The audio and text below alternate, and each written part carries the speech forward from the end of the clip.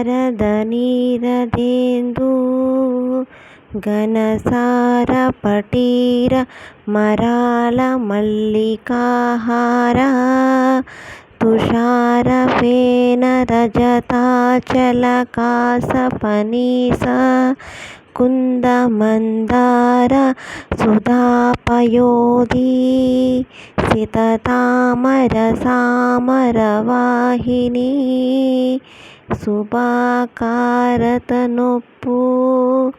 నినుమది గానగ నేనెన్నడుగలుగు భారతి. పోతన గారు ఏమంటున్నారంటే అమ్మ దర్శనం కోసం ఎదురు చూస్తున్నారు ఆయన. అటువంటి అమ్మ దర్శనం కోసం ఎదురు చూస్తున్నప్పుడు అమ్మ ఇలా ఉంటుందా అలా ఉంటుందా అని చెప్పి సరస్వతి అమ్మవారి గురించి ఆలోచన చేస్తూ ప్రపంచంలో ఉండే తెల్లని వస్తువులు ఏవైతే ఉంటున్నాయో వాటన్నిటితోని ఒక చోట చేర్చి అమ్మవారిని తలంచుకుంటున్నారు. ఏమని అంటే శారద అంటే శరత్ పౌర్ణమి రోజు మనం ఆకాశం వైపు ఒక్కసారి చూస్తే ఆకాశం అంతా కూడా ఒక పిండి జల్లినట్టుగా తెల్లని కాంతులతో ఉంటుంది.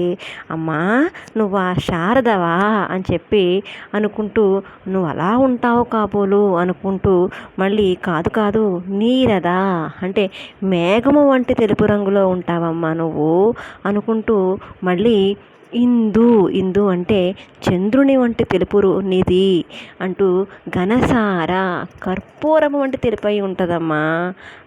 అలా ఏం కాదు, పటీరా మంచి గంధం ఒక తెలుపు ఎలా ఉంటుందో అలా ఉంటావమ్మా నువ్వు అని చెప్పి పరిపరి విధాలుగా ఏమంటున్నారంటే మరాళ అంటే హంసలంటి తెలుపు ఏదే ఉందో అలా ఉంటావా తల్లి.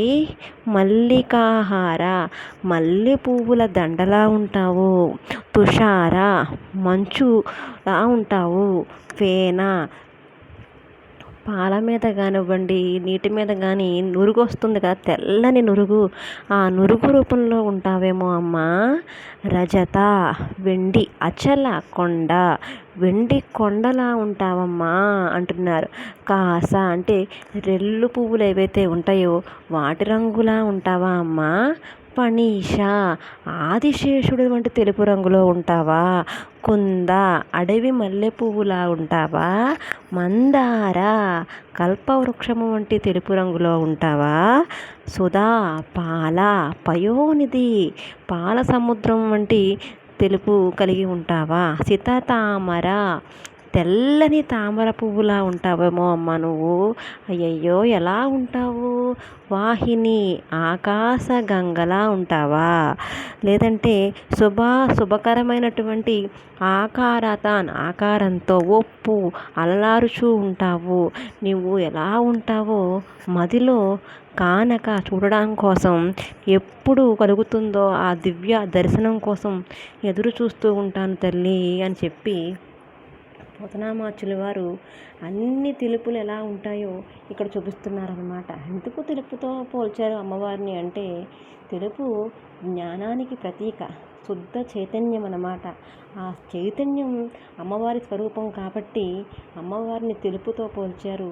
ఎవరైతే ఇటువంటి అమ్మవారిని ధ్యానిస్తూ ఉంటారో ఈ శ్లోక రూపంలో వారందరికీ కూడా అమ్మవారి యొక్క జ్ఞానం ఏదైతే ఉందో, జ్ఞాన శక్తి ఏదైతే ఉందో అది అందరి వైపుకి ప్రసరిస్తుంది. అందంలో ఏ మాత్రం సందేహం లేదు.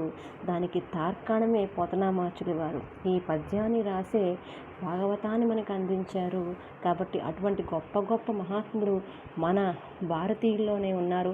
మన సనాతన ధర్మం అంత గొప్పది కాబట్టి మన తెలుగు వారిలోనే ఇటువంటి వాళ్ళు ఉండడం మనం ఆనందపడవలసిన విషయం. ఇటువంటి గ్రంథాలన్నిటికీ మనం వారసులం కాబట్టి ఈ విషయాలన్నీ మనం దృష్టిలో పెట్టుకుని అమ్మవారి అనుగ్రహానికి పాత్రలవుదాం.